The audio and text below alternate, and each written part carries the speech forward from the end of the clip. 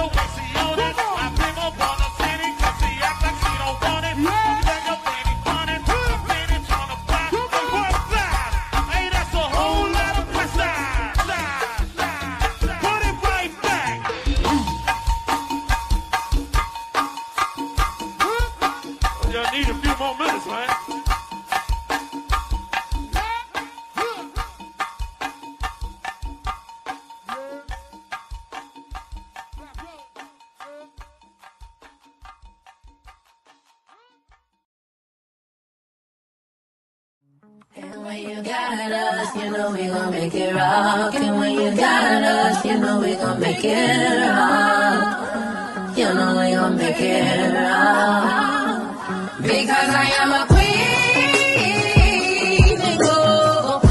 And go, hey, hey, hey. I am a queen. And go, hey, hey, hey. I am a queen. Ripping the detox in my season. I am a queen. Oh, and go, so what you mean? From the north side to the south side to the east and the west, I am a queen. From the north side to the south side to the east and the west, I am a queen. Repping the detox I am a queen. Upholding go-go legacy. So what you mean? From the north side to the south side to the east and the west, I am a queen. From the north side to the south side to the east and the west, I am a Hola, ¿cómo está? It's to be, and it's Friday. Yes. Yeah, Listen, that part. I had to crank it up just a little bit because I don't know about y'all, but this week been a little rough. Yeah. Especially today. I don't know what's been going on. I called it Freaky Friday at work because I'm like, what's happening? Right. It's too much. It's too much happening. It's too much going on. I'm just like, this is a lot. This is a lot. It is. But It truly we is. are so very, very, very, very happy to see y'all. We hope y'all had an excellent week. Hope y'all are doing wonderful spiritually, mentally, and physically. Hope everything's going great for y'all. Hope everything's going great for y'all. I'm telling you. Because that part. listen, that part, then, and that part. Yeah. The whole situation. All the way. How's everybody else feeling? How are y'all? How is everybody feeling on this Good Friday? Actually, when I walked in, I felt some type of way, but then all of a sudden, it's like when the music went off and we are here, we are live, we are also live on TikTok. I feel better. Maybe it was Dr. Lisa and that, you know what she did. Yes, I think so. Maybe it was Dr. Lisa. I don't know. I mean, I wanna believe that's what it was because, honey, you have to understand that manipulation is real. You know what I'm saying? And people will manipulate you and use little tiny things and try to make it a fact, right? And use that to discredit you some kind of way. Yeah. You know what I'm saying? Yeah. And that's for sure. I actually been learning, you know, I'm learning it, and it's forceful learning. You understand what I'm saying? Learning it in real time. In real time. Real time. You know what I'm saying? I just feel sorry for people who, I'm going to say this to all women. If you ever feel like another woman is, you know, speaking about you bad or whatever, I suggest you go to that woman. Have a one-on-one with that woman. Text her, call her, drop a voice. You get what I'm saying? Say something. But before you go judging, before you go saying, oh, she did it, and let alone 3 men told you, come on now. You got to ask yourself, what's the angle? You know what I'm saying? What are they trying to gain from it? Because see, when people tell you negative things about other people, it's because they're trying to gain something from you. They want something from you. You get what I'm saying? So, me, I'm going to call you because I'm not scared. It ain't about being a punk or nothing. I'm going to call you because I'm a woman, and I'm going to be like, that's not what we do. I'm a queen and go-go movement. We ride for our women. You know what I'm saying? Even if you don't love go-go, we still going to ride for you. Exactly. You know what I'm saying? At the end of the day, I feel sorry for any woman out here believing what some man that told you about another woman saying whoop whoop or whatever. You know what I'm saying? I feel sorry for you because you're not woman enough to go address it and be the woman in it. You get what I'm saying? Most of the time, when things happen like that, you and that person end up being the tightest people. because you done found out more. You get what I'm saying? That you was talked about and they was talked about too, right? So I'm just right now, I'm learning manipulation is real. Also, another note, you get what I'm saying?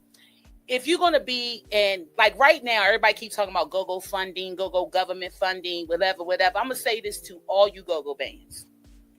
You got a go-go band and you ain't got no money, stop. Because it takes money to rehearse. There is no band practice out here that's under $100. Some may be $80.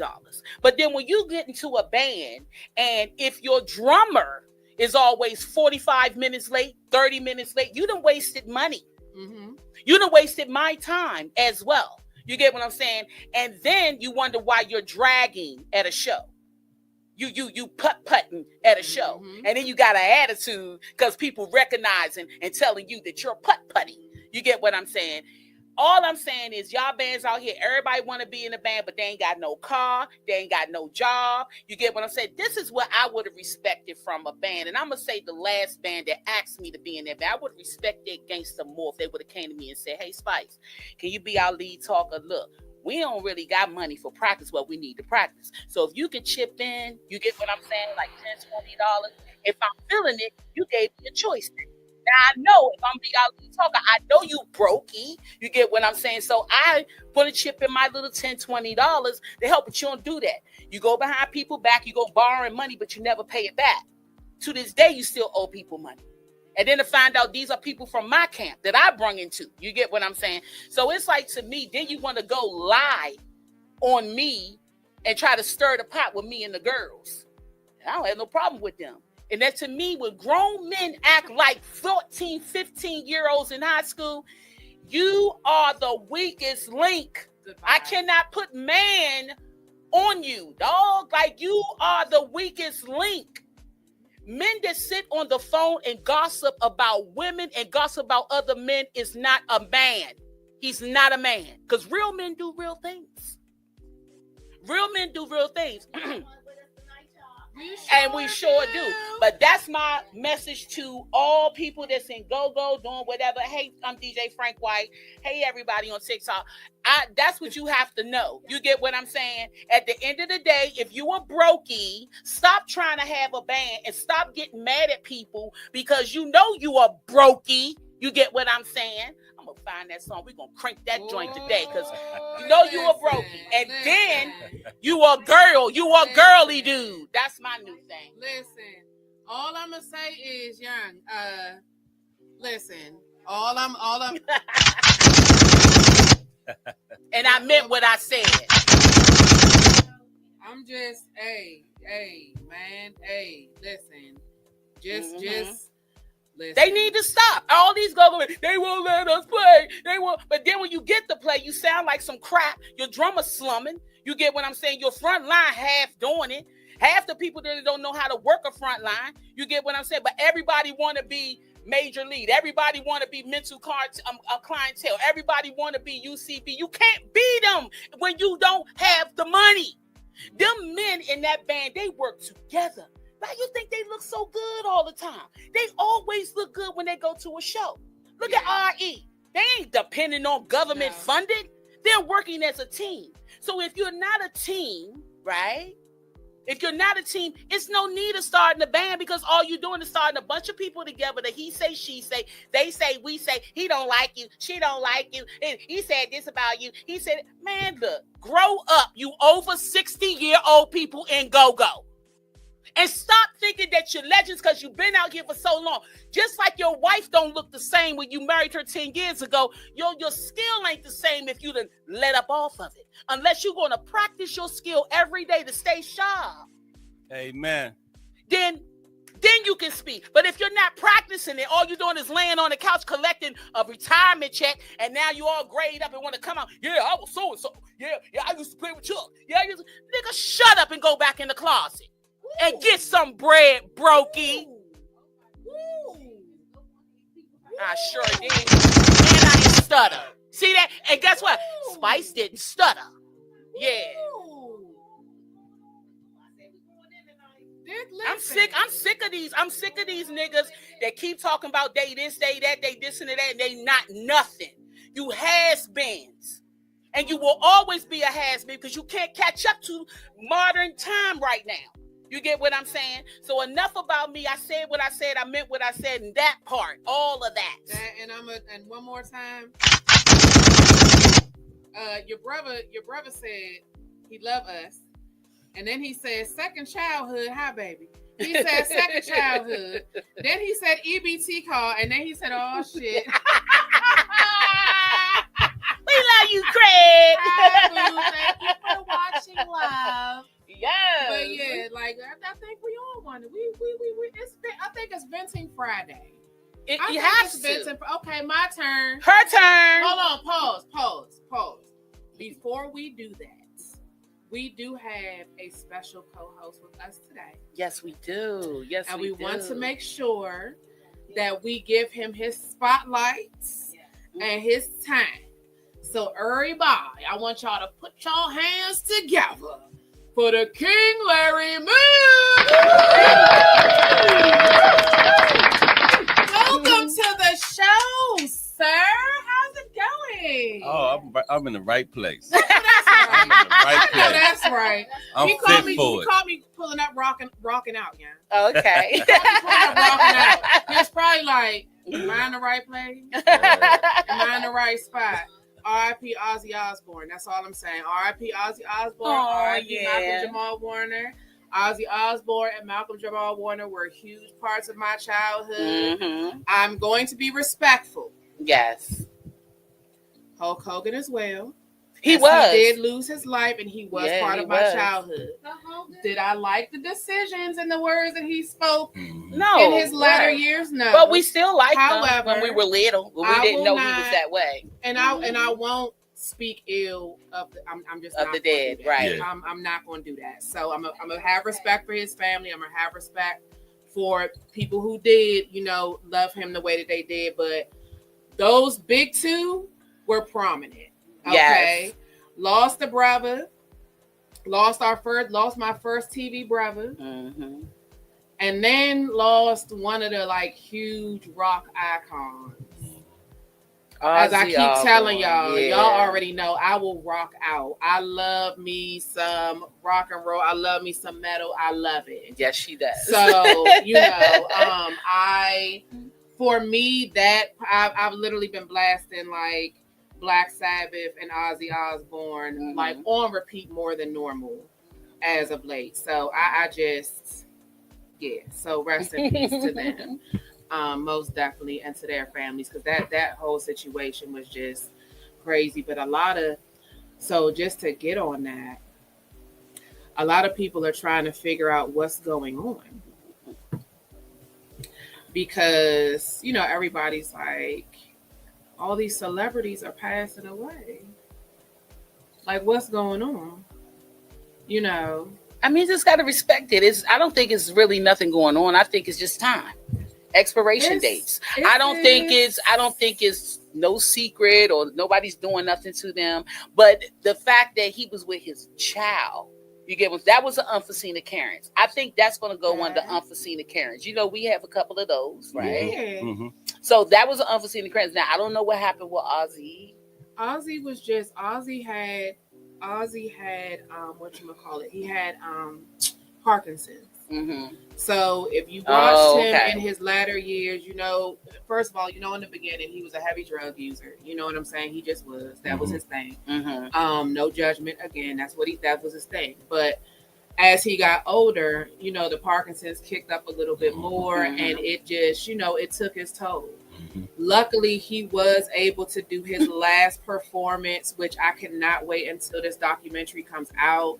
But it's Black Sabbath's last performance, and they had everybody out there, and when I'm telling you, it was absolutely just amazing. And then they had the picture of Sharon just sitting backstage and just watching her husband in his element, and watching him just really put on his real last time with everybody. And she could not help but be in awe because of that. You know what I mean? I mean, same thing with his kids. Kelly even said she lost her best friend. She lost her best friend. If you watch the Osbournes at all back in the day, they let you in their world and they showed how tight-knit of a family that they were. You know what I mean? It was kind of like we had the Cosby Show, right? Our black version of like the black family that we wanted to strive to be like. And then we had an alternative, which was the heavy metal side of it. You know what I mean? So we, both of those, even though the Cosby Show was not realistic, for us it was real enough.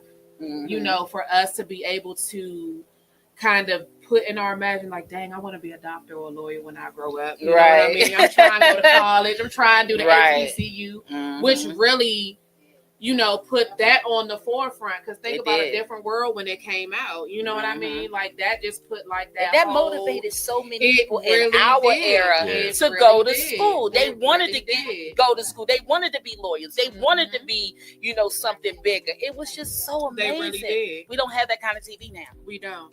We don't. We don't. We do not. But like I was what I was saying was I hear a lot of people. I've heard comments about how many have been passing, right? And we about to have this conversation because we go ahead and dive in it. The time frame that we're in and what's going on. Just keep a mindful and watchful eye as to what is going on. All right. I just want everybody to pay attention to that, to notice that, and understand that books that we have been given, such as the Bible, isn't necessarily plain. There are metaphors, right? There are things that are said that people take literal, and it's really not that literal. So when y'all keep in mind, and y'all have heard, and don't get me to quoting anything wrong, hold on, because I really want to go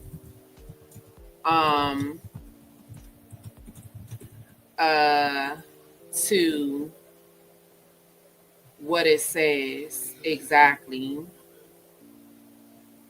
and about stars falling out the sky. Stars falling from heaven.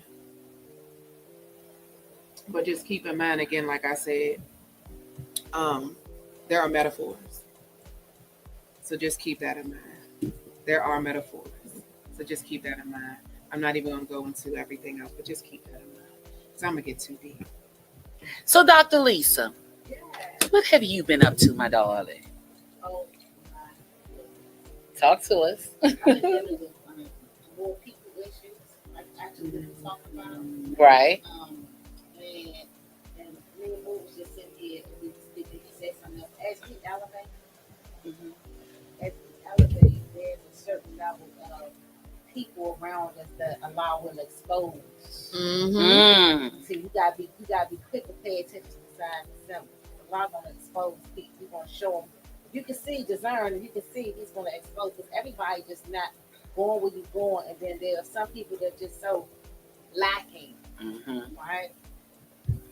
There's so many people that's lacking, lacking knowledge, lacking the how, lacking the will to. And what they do is when they see someone else like us being successful, turn the message. You know what I mean? Trying to. And you said something very important about sisterhood. I want to look in the camera so much to say this. You can. Hold on. Wait a minute. Let me. Here's the remote control. Hold on. Hold on. Let me get you. Don't. You know. Let me get you right. There you go. Wait a minute. Whoa. There it is. Bam. Boom. Hey, sister. Bam. Sister. Please.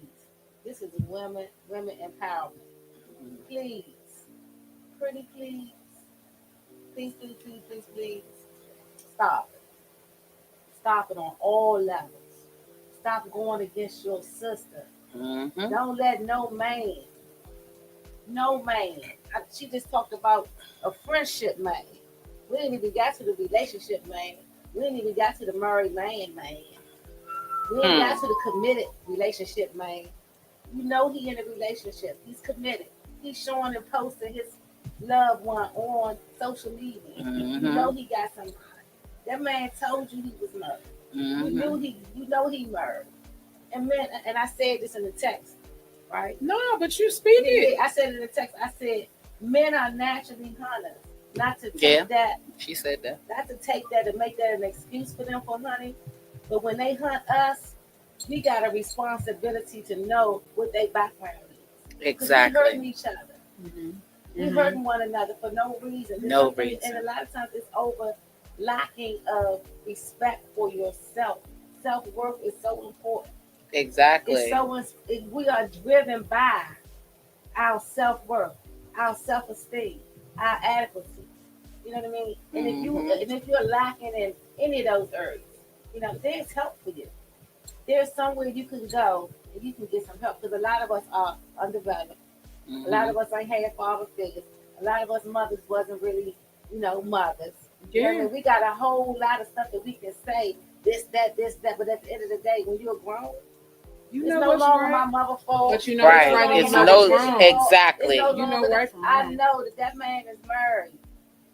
And if that man is not separated from his wife, I don't care if he tell you we ain't sleeping in the same room, we in the same Exactly. house. We she downstairs and I'm upstairs. That man is not out of that house and not separated Exactly. and living a life away from his wife. Yes. You're not supposed to be dealing with. Exactly. If you know this woman is in a committed relationship and her dude is popular and liked and everybody want to hunt, then you want to sneak up and slide and, you know, why the girlfriend right there, you's a female, you're not right. That's crazy. You know what I'm saying? And back in the day, women might have been side pieces and side chicks, and you know, because back in the day, all these songs out here about sucking penises, right? They call it sucking dick, right? Throw babies and all that. Back in the day, men didn't even allow their wives to get them penetrate and get them what they call head. Yeah. Okay, they got that from whores. See, they got that from whores.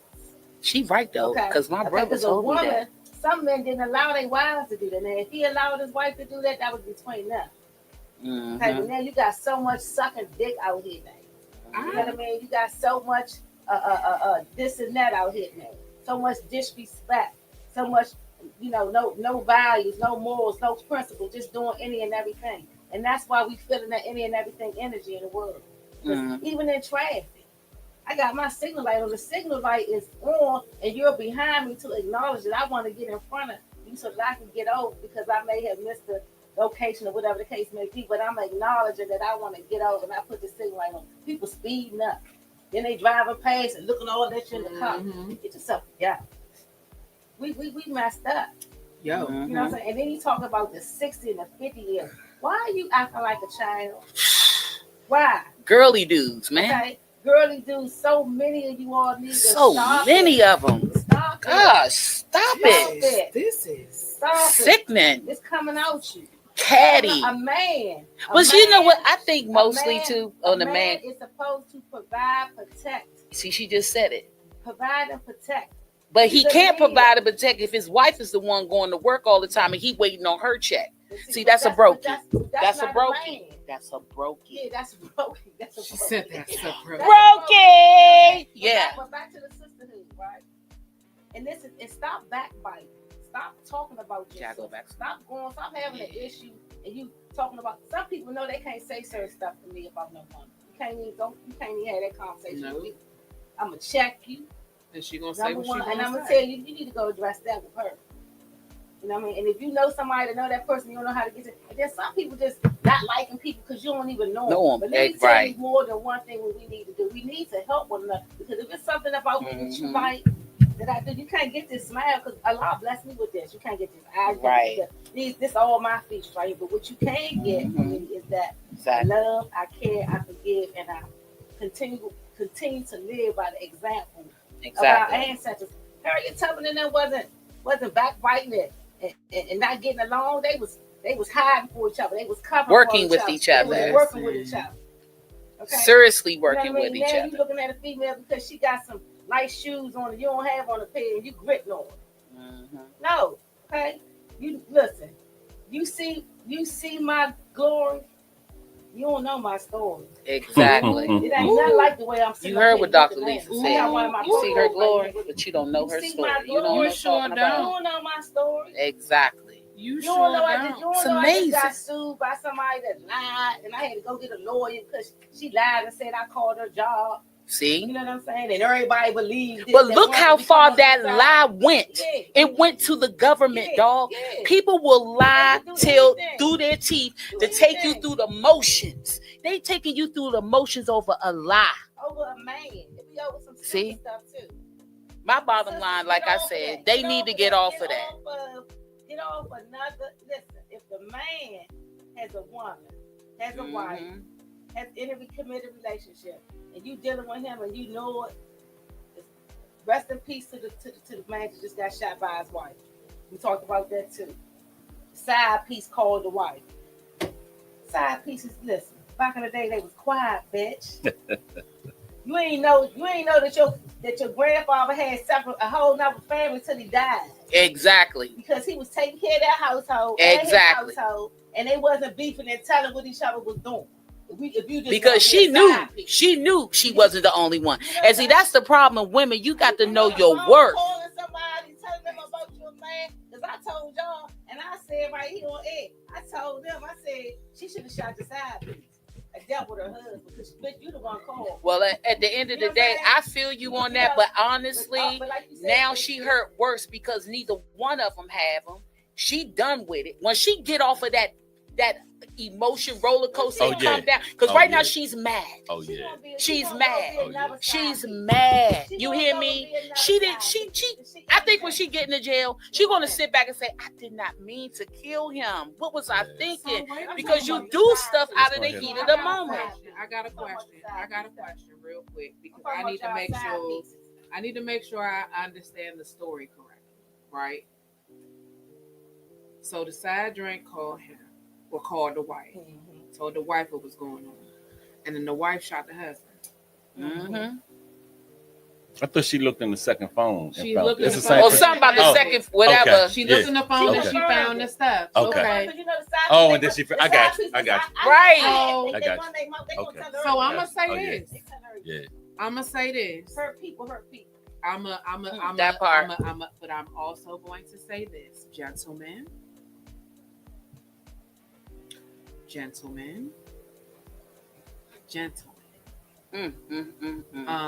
amazing how people do things. Yes. I personally, this is my personal opinion. I know opinions are like assholes. Everybody got one, right? But gentlemen, if you are married, or you're finding yourself in a committed relationship, and you are supposed to be monogamous to that person, don't set yourself up. Don't set yourself up. Women too, I piggyback off of that. Agree. But gentlemen, don't start the game. Exactly. Because you have to make yourself unavailable. If Shorty sees my husband out plenty of times, my husband is a prime example. Bras be on that joint all day. He be like, such and such and blah, blah, blah. He makes sure that he makes it known. That's right. Straight up and down, he makes sure he makes it known. We know Craig love you, and he will beat y'all can jump a woman. But we could. That's how cool her husband is. Her husband is like that. My point is that Craig has discipline. Yes, he does. But see, we talk, right? Me and my husband, we talk. We're like this. If I've learned anything other than just chilling with my homeboys as a teenager, I've learned a little bit more just talking to him as my other half. And him telling me about how, and correct me if I'm wrong, for our gentleman who's in the room, but people don't have dick control. Yeah. That's literally in what we say too. I told him, I said, so y'all got two heads, right? He's like, yeah, it's two brains. He was like, but with some, they just can't control the other one. And the other one takes over what your rational thought is. Bless you. Thank you. What your rational thought is, right? Because I ask them questions like, I've had conversations with my homeboys, and I'll hear them talking maybe about how maybe a girl probably smell off. Maybe about how, you know what I'm saying, she was a little off looking, but you still smashed. Yeah. Why you do that? But you talking shit about her like now. I'm confused. Like, why you do that? Exactly. So I asked I'm like, so why is it? Question. Remember that song? Question. Why? But I was like, why? And he was like, because the other head take over. You in the act of it. And by the time you done and that nut is finished, you're like, oh shit, what the fuck? I do. There it is. Yeah. Is that true? Or is that his version? So no, that's very important. So that's a part of it. That is a part of it, but there's some things that happen long before that. Right? It's called behavioral patterns. It's called things we was exposed to when you were young, right? Different people were exposed to different things when they were young. Some people experience sexual acts younger, right, with siblings. You know what I'm saying? When they were younger with cousins and stuff like that, which may change the course of, you know. But he's right. No, but it's a real conversation. Like, I mean, we're being 100 about it and transparent. Go ahead. And a lot of times, you know, individuals, that's just like having a conversation, and you know, whether you're talking about women, right, or you're talking about men. A lot of times, you remember when you were younger and someone older would try to tell you certain things that was right and try to teach you.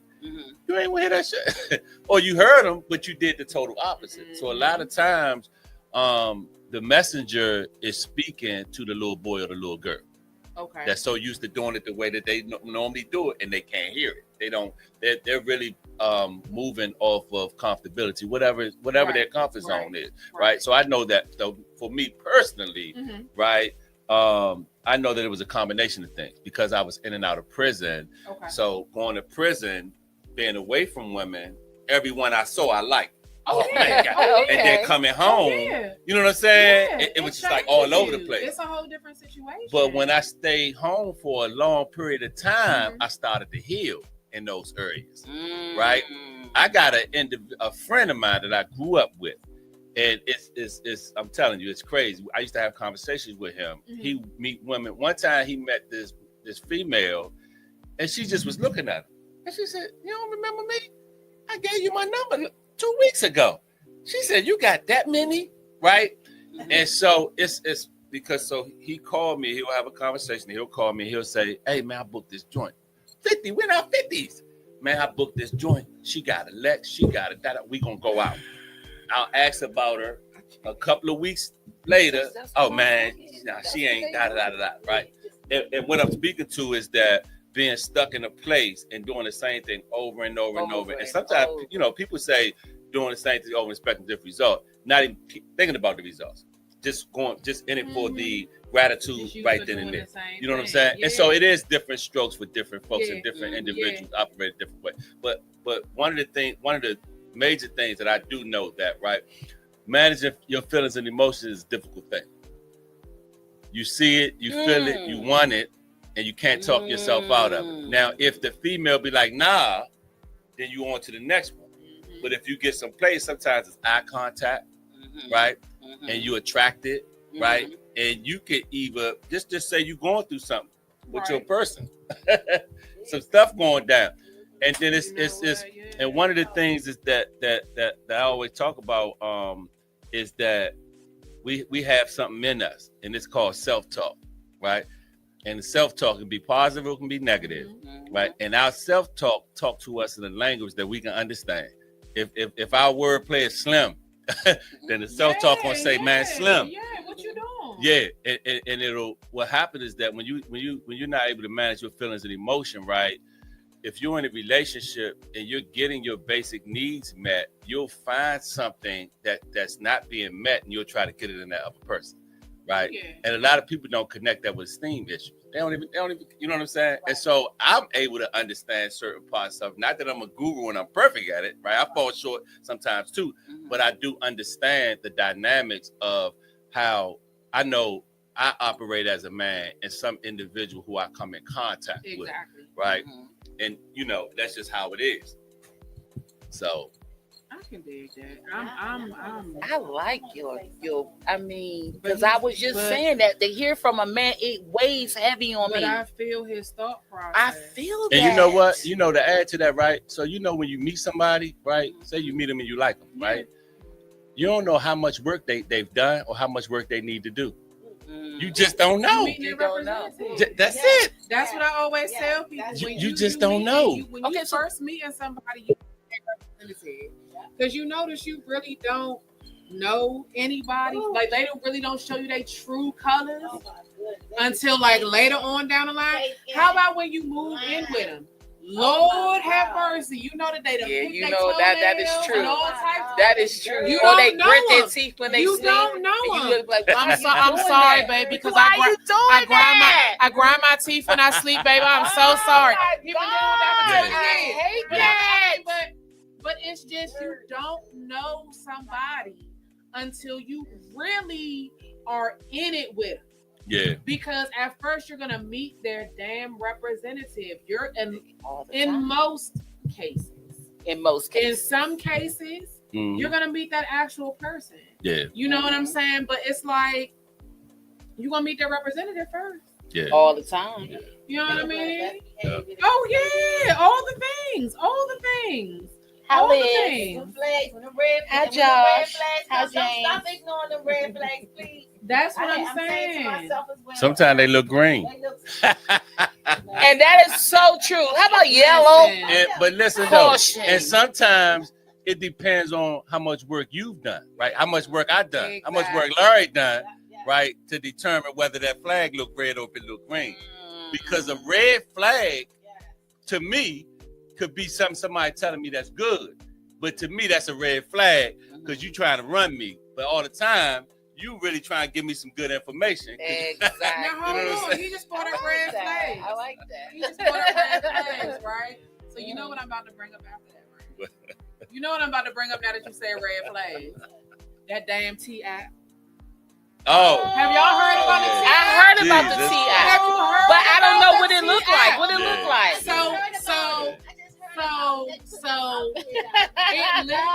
it was literally, from what I understand, this app was supposed to be something to help women. Meaning, okay, want to make sure he's not, you know what I'm saying, whatever, like he's not sketchy, he's not off, he's cool to date. Now it's turned into background check. Don't date this Bama. Red flag. Oh my God. I have friends on Facebook, people that I've known that popped up on the app, and they're like, and I'm like, damn, how you? What it look like? That's good. I don't have it. I want it. I don't. Anybody that know what the what I know app is look like? It's a little teacup. All you gotta do is put T app. It's gonna pop up. It's a little teacup. I tried that, and I didn't see it. What it's gonna ask you for is your information. You do not have to put your whole name. You can put an alias up if you want to, but they're gonna verify if you're a woman or not before you. Oh, because only women can get on it? It's only women. Oh, shit. Hey, I never even looked. I just heard people talking about it. I keep hearing people talking about it. Called me and told me her child Oh. on there. Oh! That's what she said. Listen. Get it, girl. Oh my God, the My tea. child father is on here. They didn't. He got a baby by a young girl. She done exposed them on there. Them young joints don't care. That's what she said. Well, I want to tag his wife and send it to his wife. Yeah, that part. That That hard. They exposing them. And let me tell you something too. Some of them dudes got HIV. Yeah, I was just about to say that. I was just about to say do. on the flip side. But they Yeah, do. yep. But they do. Yep. Yeah. And y'all heard about the young lady who her boyfriend was exposed, and he had another secret apartment or whatever the case may be, and they had put it out there. The girl was like putting it out there, and then one of the other girls' girlfriend was like, "Well, that's my dude joint." Yeah. So the dude like, hold up, we gotta find. Once I find the app, I'm gonna share it with y'all. Y'all know I'm gonna share it in the group. I'm gonna find that app. We're gonna find it. Liz, you know what the app look like. Russell, you know what it look like. Y'all need to inbox me what that app actually look like, T, because we need this tea. You know what I'm saying? We need that tea. We surely do. Oh my goodness. That's nuts. I'm listen. We don't have to. They hurt. I'm us, tripping. We hurt each other. We hurt our families. We hurt one another. We hurt the friendship. We hurt the workship. I had a situation that happened to me at work too. It was the pettiest thing in the world to me. And now I'm in a position where I have to still, navigate around people because there is, everybody got issues. I'm just saying, and sometimes we justify our wrongs and try to make them right, and not look at the right. And in biblical days, that's what they spoke about in the Bible. We're in a time where wrong's gonna be looked at as right, the right gonna be looked at as wrong. Boy, did he say that this weekend when I went to that thing. Respect from the young to the old. The world is living a lie. And they say, and the lie is comfortable now. It is. There's no more. If you can, people literally see it with their eyes. Yeah. This is red. They will tell you that is orange, and they will fight you. But look, and they will shoot you.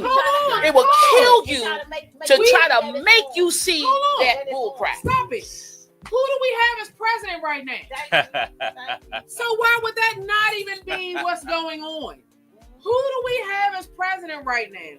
We literally got somebody in there that's like, F what the Supreme Court is talking about. F what's going on.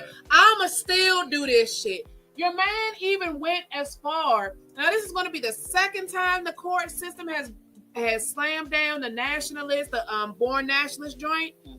Now you know he's gonna try it again. Yeah, he's not gonna stop until it gets passed. So it's the same thing I was just talking about. The boy, we got a boy running the boy that won't grow up, right? Won't go through due process. Won't go through due process. But did y'all see him talking to the little black girl? Man, somebody showed him Trump on the golf course because he always golfing. He was riding on the golf course. A little black girl with her hair out. You know, I wear my hair in a bush. He said, "Oh, your hair is so pretty. Can I buy you something?" And it was really him. Can I buy you something? That's what he said. Give me $1 million. But that's predator. He's a predator. He's a child predator, y'all. I'm sorry. Listen, but that's who's running the world. That's who's running the. She was with some white man. So that might was her adopted parents. We're talking about something totally different. We're talking about we're in a state of condition right now where black people, we really need to check ourselves. Exactly. Because we're now in what we see as the world have shown us.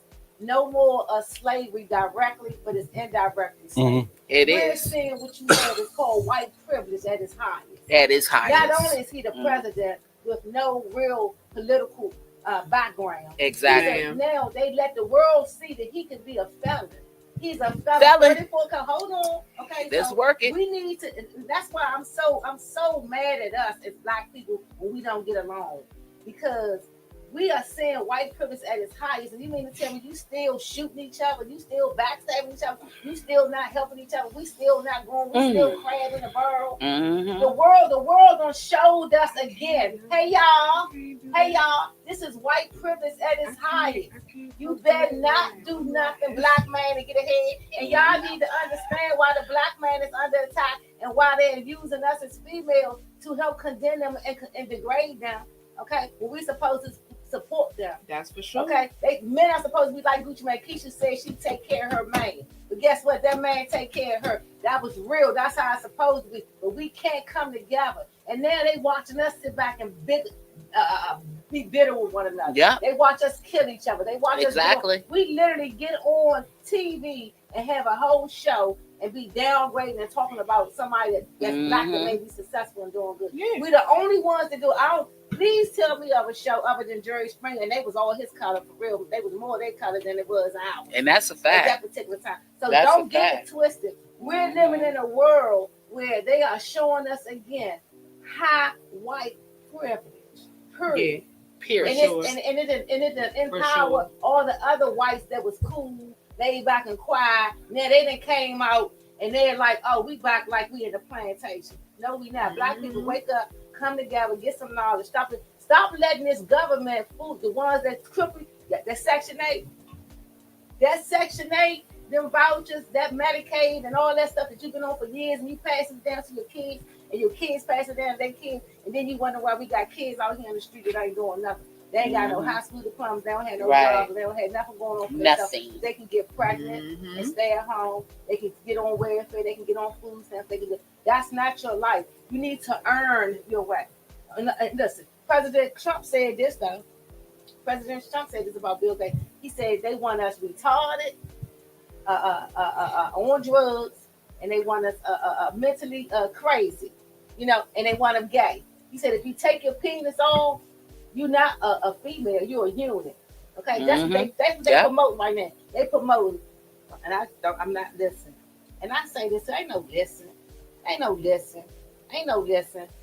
Homosexuality been out here since I was a little child. It's in my family. It's been since AB. But guess what, though? And then we just want to talk about Brittany, the basketball player. Brittany Grimes. Okay, yeah. We talking about homosexuality been out here for a long time. But it's even in the Bible. Okay. Yes, it is. Something else.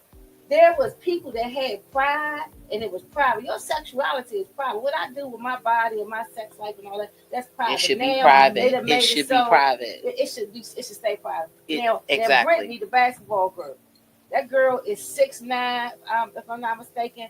When you hear her, she sounds like she has a deep voice. Her body structure. She didn't have that deep voice. That voice wasn't that deep at first. Okay, but she's grown. That's her anatomy. That's what she's doing now. She's grown to that, but I respect the fact that she didn't decide to go take some hormone pills and grow hair on her face and call herself Ben. Okay, it's two genders, y'all. And they talked about the little baby they had. They asked me on my job, and y'all know I'm a therapist, psychologist. My background, my master's degree is in human services. So I have studied a lot of genetic training, right? So if a baby is born with a penis, and I'm gonna ask us right here, man, we're on the panel. If a baby is born us, right, and the baby has two, a penis and a vagina. It's called something. I forgot what it is. Get that. That's it, hermaphrodite. What would make that sex of the baby? What would change, and how would you saying what dominates? Right. How would you know if that's a girl or female? If he got a penis, if I'm born, and I got a penis, and I got the doctor look down there, and I got doctor look down there, and I got a penis, right, and I got a vagina. What classifies a female and a male? What's the difference between a female and a man? Is you gonna have it or you not gonna have it? Come on. So that is good. So it's a very good question. Just died on you. And I'm gonna tell y'all, because ain't nobody thinking. But what makes the difference between a female and a male? If you can have a baby or not. And there it is. You can give life. The ovaries. You don't have no. Okay. So let's go back. Let's go back to her question. Can we go back to her question? Yeah. So wait a minute. You're born with both. Yeah. So does she have the have the ovaries? Can I say something? I want to say something. That is good. I want to say something. Anatomy lesson. For us females, we got a clip, right? You know that's a dick with a hood, right? You know that, right? Okay. You basically, I'm no bullshit. Like literally think about it. We have ovaries. Men have balls. We have a clit. They got a dick. Basically, what happened with hermaphrodites is they got an overgrown clit. Now, if you have the ovaries, you're classified as a female. And because there you can it is. reproduce. Okay. If you don't have the ovaries and you're unable to produce, you're a male. That's the differentiation in between the two. Now, you are going to choose humanly yourself as to what you want to identify as. However, we're going to say this again. Wide range said we're all females. I mean, listen. That was good. If you're able to have a child. That's right. If you're able to have a child, you are a woman. All day. If you're not able to produce a child, you know. So, well, Wide Range Entertainment said yes. She has everything they both has. So I guess what you're saying is that she don't have everything they both have. That's we're not gonna be ignorant. I don't mean no harm. I don't know who that is. And that's what we're gonna do as Black people. We're gonna stop being ignorant, right? She do not have them both. She's a female. She's identified as a female. Yeah, she don't have a thing. She don't have a thing. We talking about the basketball player girl, Brittany. She put a strap on. You know what I mean? Well, let's say she did have she did get her clit enlarged, right? To make that jump. Hold on. I said, let's say that she did get her clit enlarged. Did you know they can do everything now? Yeah. Y'all get your clit enlarged. No, and they, that's what I heard. Just like men, all penises, and then we're gonna introduce her. No, because Moon got to talk. But we literally have Dollface Batty on TikTok said back in the day, parents used to decide at birth to remove parts. Yep. Okay. She said this is good combo. Yeah, it is. So what are you saying? They basically decided if they wanted a boy or a girl. So if they had both. Oh, he said they were sorry. They were saying if you were born with both, they had both. Okay. Not you know. Yeah. If you were born with both, the whole gist is: do you have ovaries or do you not? If you do not have ovaries, you are classified as a male. If you have ovaries and you can produce a child, you are a female. Yeah, that's it. That's powerful. But that was a good one. Good one. Dang, that was a good one. That was so good. Yeah. Because you got 1, 2, 3, 4 books. Yeah. That I see in front you. Is one of them mine? You know what I'm saying? So write my name. I want to talk. We want to talk to Mr. Moon. Yeah. Excuse me. The King, Larry Moon. That's right. That's who we need to be talking to. Right. Get into you and your story and what's going on with you. Because we've had you involved in our conversation, but we now want to focus on you, the public speaker, the author, all the things. Just that wonderful job you had. Talk about it. The man has been to therapy. Come on. Bring it on, brother. Therapy too. Wow, what a wonderful welcome. I want to thank you guys. So I am the king, the author, Mr. Larry Moon Jr., and it is a pleasure, right? So I do want to do this a little different. June the 20th, 1990, God said that I was supposed to be here on the day. I didn't know I was going to be in the podcast. My birthday month, thank you very much. Yeah. So I had a friend of mine, we had grew to be real close, right? Suleiman Yusuf Malik. We had, we were real tight. He started dealing with some guys. They were kind of breaking in people, hustlers' houses and stuff like that and getting money. He didn't really want to be a part of it. So this was supposed to be the last time that he hung out with them, right? It happened in Camp Springs. I was supposed to go out there that day, right? God said, don't go. All right. God said, don't go. I was already, so one of my characteristics that sometimes people look at in a negative light is jealousy, right? I was young. I was jealous because me and him had a good friendship. He hanging out with these new guys. I used to always say, man, we don't do nothing new. No new friends, right?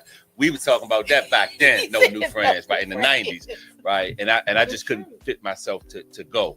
And so the next day I got a phone call from his sister. She was crying and she was like, Suleiman got killed. And so it was him. It was 3 females in the house. It was 4 guys in the house. The guy that knocked on the door, he didn't have a mask on. They knew him, right? He knocked on the door. They opened the door. Everybody ran in. They tied everybody up. Suleiman got shot first in the head first, right? And he died.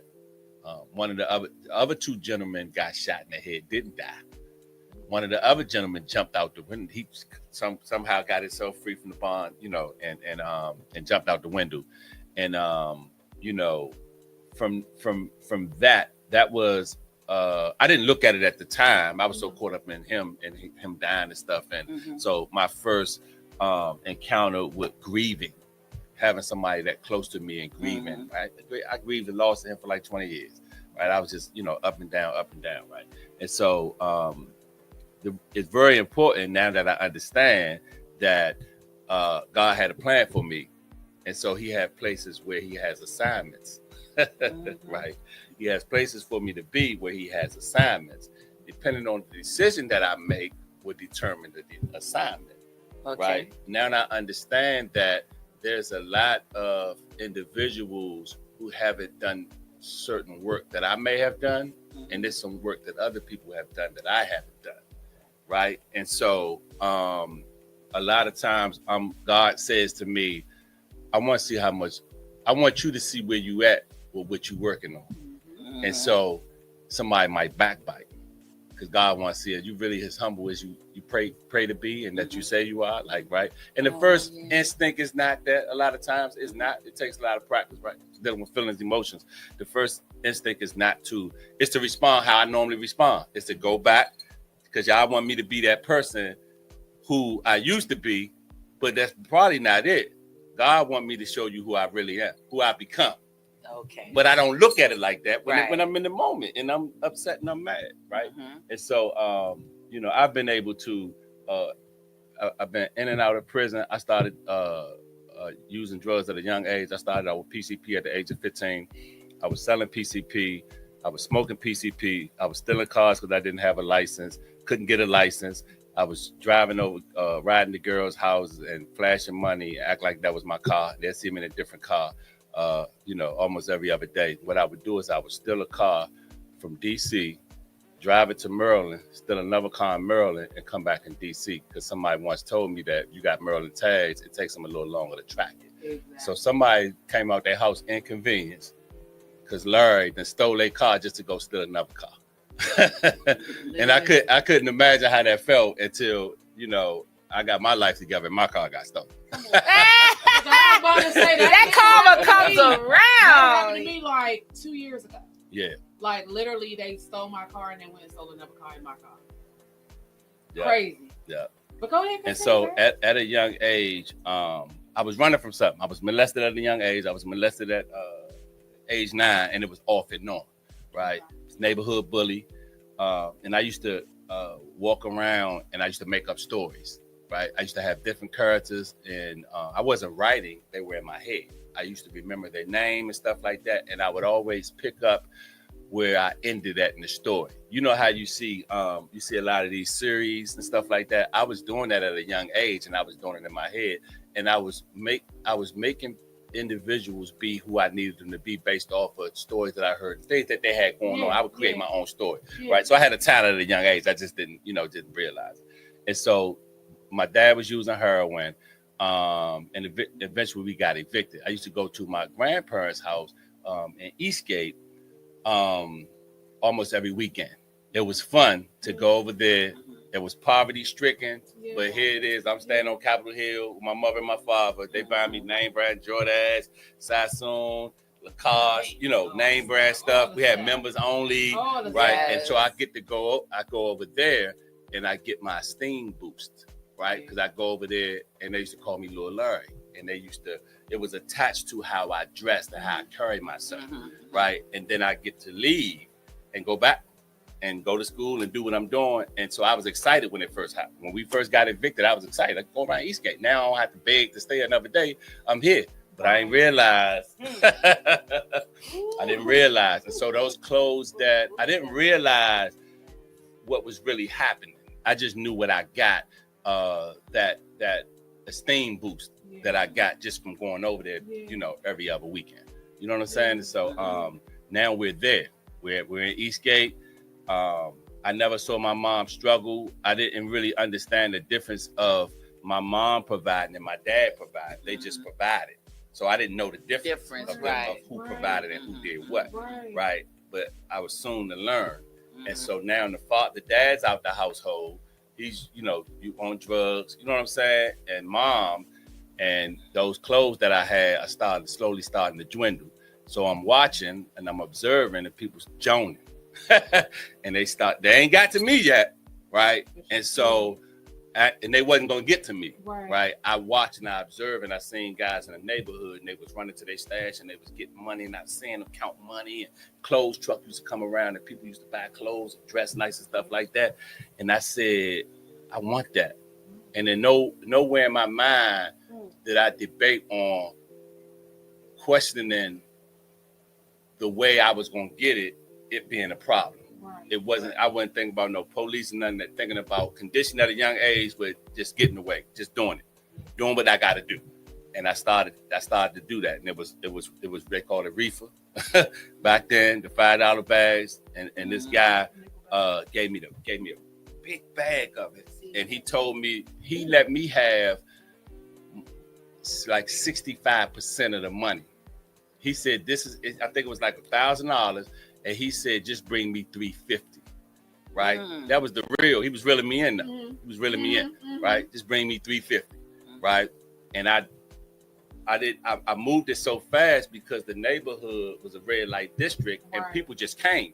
You know what I'm saying? Like they just came looking, and whoever they saw, that's what they got. So I graduated from the weed. I was hanging with guys that was selling it, you know, and we ended up, you know, being friends. Then I went to the boat, PCP. I said I really didn't like the smoke weed. I smoked it because my friends, they were talking about how it made them feel. And I was escaping from the molestation, just the thoughts of it. I was still having the thoughts of it. Then I started smoking the PCP, right? And it empowered me, right? And it gave me the heart to go, and because guys would run into cars. So you run to a car and put your sack in there, and they say, all right, let me get that. You know, you're not standing in the cut and you just gonna make some money. You gotta be bold and you gotta go hard. And the PCP gave me the person that I needed to be to do that. And next thing I know, I didn't know nothing about addiction, right? Next thing I know, I became addicted and didn't even know it. And there were signs that I was addicted, but I couldn't tell the signs. And then the PCP evolved into lacing crack on PCP. Something I said I was never going to do. So the PCP have you off the hook, have you up, the crack calm you down, but then the crack shuts off a part of your brain that your pleasure sensor, right? And you can't feel it. It just wants more and more and more. It shuts a part of the brain down that says I had enough, right? And so just think, cocaine was one thing. Right. The plan that guys, whoever got together and figured this out, this wonder drug that I said I was never going to do, and a couple of my other friends said they were never going to do, and we started to do that, and it just sent me in a wave of addiction, right? And it's just so much other things that come with that, right? So you're talking about age of 15, cutting off that growth, right? Using the drugs, in and out of prison, stuff like that, right? And then finally come to and say, man, I got to change my life. But now you got to sort through all that damage that's been done, right? So that's the part of that part. It's just kind of fast forward just a little bit. When I finally came to, I had made some efforts, right? Life gonna change. I made some efforts, and I got clean for like 90 days. No, probably about 6 months. I said, this is it. I'm done. I started to go to meetings and stuff like that, and got the job with Metro. Right. And so Metro started to take the forefront over my meetings and stuff. Right. So I end up using. And I'm going in this neighborhood. And that's how I know everything had to happen the way that it needed to happen up until like the day. Exactly. It always everything had to happen the way that it had to happen. I've been connected to the plug, and I've gotten a lot of drugs, and I've done all of this. Never in my hustling history have I ever went to a strip, copped some drugs from somebody I didn't know. They police watching him. He get away and I get caught. And that was the difference between this time, I was tired. I didn't even care. I was happy. Because I already knew what was about to happen, and I was happy I had gotten arrested. I got this lawyer, and he's actually on the back of the cover with me on Honey. Okay. So we're gonna talk about it. So I got this lawyer's name, Vincent Haskell, and Vincent Haskell came in and he said, "Hey, look, They try to give you a I forgot the name. It's gonna come to me, but it's when they give you an offer, an expedited offer. Okay. They try to give you an expedited offer. They're giving it to me based off the new criminal conduct. Okay. Expedited offer is like, we give you this, right? We ain't going by no guidelines or nothing. We offer you 9 years or, I mean, not 9 years, 9 months or a year based off of, you know, the new charge, Right. Okay. Right? Okay. You take it now, then we kill all this. We ain't got to work. You know what I'm saying? And so I'm ready to take expedite off. I'm guilty. I was trying to buy the drugs. I knew what I was doing. You know, I'm guilty. He said, no, this is what we're going to try to do. We're going to wait. We're going to wait it out and see what happens with this case, because the case was the marijuana case. So we're going to see what happened with the marijuana case, and we're going to go from there. And I'm saying, you're crazy. I want to expedite it off. You're my lawyer. He said, we can't do it yet. We got to wait until you. I said, well, why they offered it to me if I can't do it? Right. You know what I'm saying? Right. Don't give it to me. Yeah, Exactly. And so he's like, man, that's just formality. He said, but listen, he said, somebody brought something to my attention. Her name's Donna McClain. And she don't care if I say her name. I'm probably the biggest joy, probably one of the biggest joys of her life, right? She's a parole examiner, right? Okay. Donna McClain looked at my file and she said, something's wrong. And my lawyer was like, what you talking about? She said, he's been home for like 7 or 8 months. And my lawyer like, I know. He's never been home this long. What was he doing? Was he working? He had to be doing something. My lawyer said, yeah, he was working. He had a sponsor, you know. And so she was like, you think he can get some letters? She said, I just got a feeling about this guy. I'm looking at his history.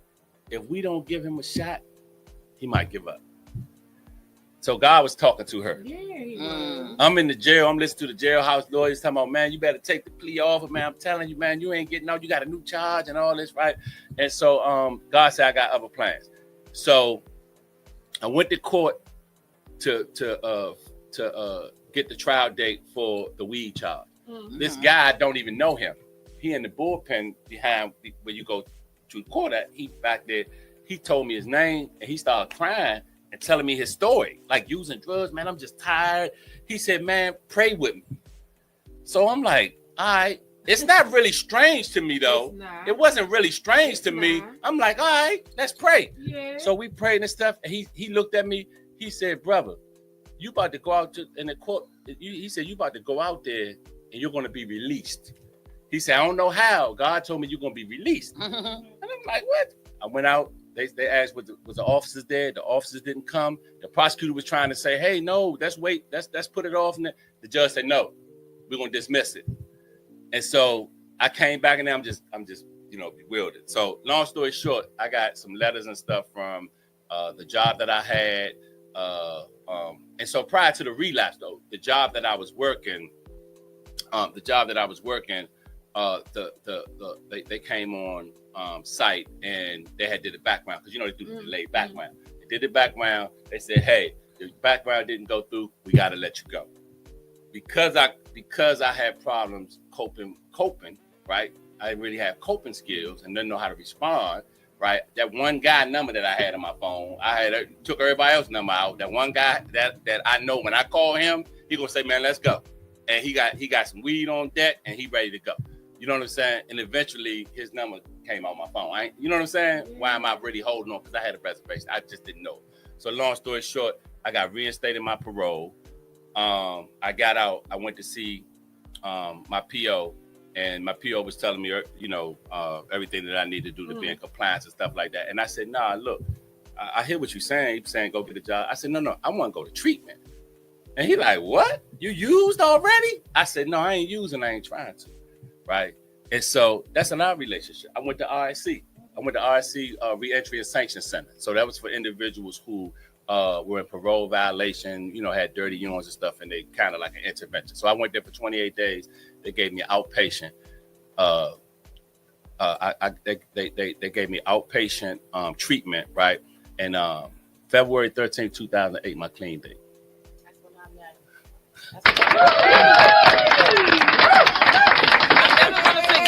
I'm never gonna forget that. 2008 is right here. 2008. One more time, because 3 February the 13th. That's a special day. That day, I got custody of my mother. I haven't seen her in 25 years, but North Carolina courts gave me custody of her. February the 13th. Wow. 2024? Yeah. And so I have some things like it just connects it all together, right? So I had this book. I didn't have it. It was the rough draft. Okay. So I was in treatment. Mm-hmm. This is what I do. I've been in treatment a few times. Mm-hmm. I like to run the group. You know, Ooh. I think I know something. I want to be in charge, right? And I started working on this. And I used to go, I think I came to you. It was in rough draft. It was the papers, right? And I was showing people, right? Because I had a esteem issue. I need to feel good about myself. I need to feel better. When I'm feeling good, I need to feel better, right? And psychiatrists I used to see say, you want to feel gooder, right? I got And so, you just said it. Movies. Go ahead. and so what I did was, I did have a sponsor, and they gave me one phone call. Now, if we could get cigarettes or something like that, I probably would have made a phone call because I got somebody that'll bring those things. Mm-hmm. But because we couldn't, thank you God, right? Because that was one of my triggers. I didn't know, right? I made a phone call to my sponsor to tell him how I was doing, and all I could talk about was this. It wasn't published, and he said, "Man, if you don't put that down and get you some treatment, you there for treatment." And that, that self-talk I was telling y'all gonna be good or bad. When I got on the phone with him, I said he a hater. But look at what you're doing. You know what I'm saying? I feel like that was your outlet at the same time. That is part And of that your and you know what? You're right to a certain extent. It was to a certain extent. Okay. But I had to get down to business because I'll run away in other things and hide in other things when I need to do the work. Part of the work is just sitting still and not being distracted. Exactly. You know what I'm saying? And so this is what he told me though. He said, "Man, you really want to publish that book?" He said, "Stay clean." Yeah. He said, "Watch what happens. Stay clean." Now, I love the way I wrote the book. And I say to myself, had I wrote it at the times that I was working on it, I might even not got a chance to finish it, right? And the story may have been different. But guess what happened?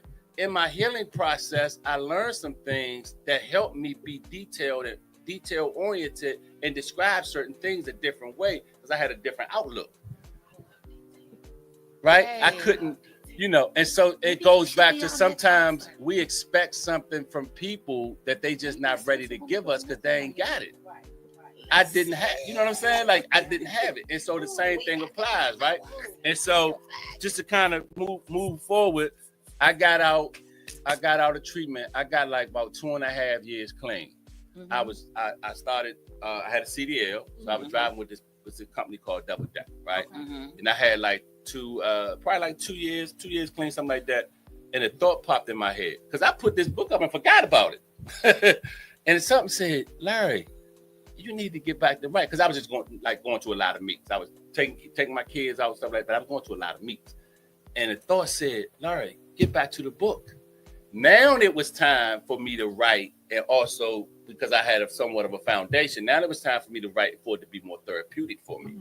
Now, right? And I was able to do it. And I finished Drama City, and a few things happened. And so when I was younger, I would tell you I used to create stories and stuff like that. So I had the gift, I had the talent, right? And so I'll have a thought, right? And I'll hold the thought, like it might be a half a chapter, and it's up here. It's just waiting to be put down. Okay. And by the time I get to it, I put it down, then I put it down, right? And so as I was writing and navigating through this, I said, this is for my people, first of all, right? And even though when people see urban fiction, they see hood. They call them hood books, right? Yes. And I said, well, I'm going to lure you in. Because the other people, we were just talking about, white folk, they like put us in trick bag, right? Exactly. So I said, let me put my people in the trick bag, right? Let me lure you in with this. Right. And then once you get in there, I got something for you. Because it's talking about people going to therapy. It's talking about friends befriending each other. It's talking about the game and what you get out of it, how it seems fun in the beginning, right? And then I'm talking about our city because I'm naming certain streets. And I've actually captured an era that some people don't even know about, that's going to read about, and it's going to go on for generation to generation to generation. I might not see the movie.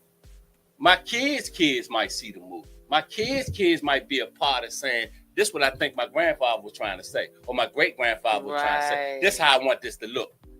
I don't know. Or I may do one and they may reinvent it. I just don't know. And it started with a talent. And that's why when I talk about assignments, I don't even know what they're going to be. A lot of times God is going, you know what I'm saying? He's going to set it up, right? And so that's one. But I'm going to tie the story into the books too. So I ended up doing one, right? And pretty much started off in Lorton Prison, you know, and it's kind of connect, you know, how the CEOs was and how because you were from this area and they were hiring certain people were tempted because the money wasn't what they wanted it to be. It was just a lot of temptations, right? And so individuals played on that.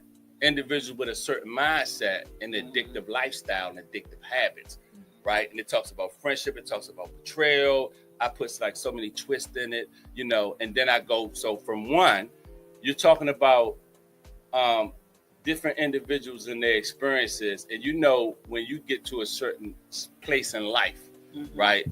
And you start feeling like you attacked, right? And so sometimes people attack you based off of things that they experience, and they can't get the revenge from the people that they experience it with. So now their revenge come out in different ways to you, right? And so we talk about revenge. And so everybody that was doing certain things in here, somebody ended up getting some revenge in some type of way. However, there were a few individuals, just because you set out to get revenge, right? Sometimes somebody might have try to get some revenge on you, right? But you grow from it. Right. So, or heal from it, Right. right? Exactly. You know That's what I'm your saying? therapy. Exactly. And so, you know, you grow from it. So joke's on them, right? Exactly. Of course. Right. And so, you know, and God was just guiding me and just allowing me, because it takes a lot to write. You got to go back in the store. You got to get into the store. You got to have the talent for that. You know what I'm saying? And God gave me a gift, right? And he gave me a gift in lyrics and poems and, you know, just things like that. Yeah, your freestyles are nice. And I thank you. And I had to hone my skill. And I heard you talking about that. Now you got to get better. And so once I identified, it first started off with a desire and an attraction, something that I like to do. You find something that you like to do, eventually, hopefully you love to do it. And then when you love to do it, you have to show how much you love to do it. But say that again. You have to love what you do. That's it. Because if you don't love it You and you just doing it, it's going to show. Exactly. It's going to show. But when you know when somebody loves it, I can tell you love the book. So you drawing me in. Yeah. That's your joy. You yeah. It's like oh my God, your energy is bringing me all the way to you because I know you love it. Yeah. When I watch you on your Facebook rapping, I say he loved it. Yeah. You love it. You know that ain't something in your head. Huh? You know that's not something. You right. You right. You absolutely right. You know what I mean. You know what it is. You know exactly who that is. You know Hey, look. You know who's Sometimes I gotta reach the people who don't understand. See, I got people who don't understand. Go ahead. Now help them out. Help them out. It's never something. Help them out. It is someone. There you go. You I call him understand God. It is I call him someone. God. And that's all it Yahweh. is. Yeah. Yes, There you go. God, Yahweh, And that's just Jehovah, how it is. Allah, Always. whoever. And see, the one thing I feel as though is that Yahweh does is he puts himself here. Mm-hmm. So it's like, it's not your voice, but it's you, but it's not you. Yeah. You understand what I'm saying? He's speaking through you to get to you. Yeah. Because that might be the only way he could probably get to you. Hold up, let's get to. You know what I mean? We got to get to the other two books. Yeah. Let's get to the It's other. to do that. Okay, keep my, going. my TikTok, they loving you. So look, they like true statement. So after those two books, and so I have some things going on in my life now. So Drama City, I'm just getting clean. Things I wasn't as busy. I didn't have a lot going on. I ended up getting promoted on this job as a trainer, right? Yay. And so a company called Double Decker Tours, they had the buses that operated the right-hand drive buses. They bought them from London. Whoa! I got on a bus with the guy that's supposed to been training me, he went to the back and went to sleep. So I was training myself. So I sat and did this little manual of what I identified and what to do and stuff like that. And so they ended up making me the trainer. Ain't that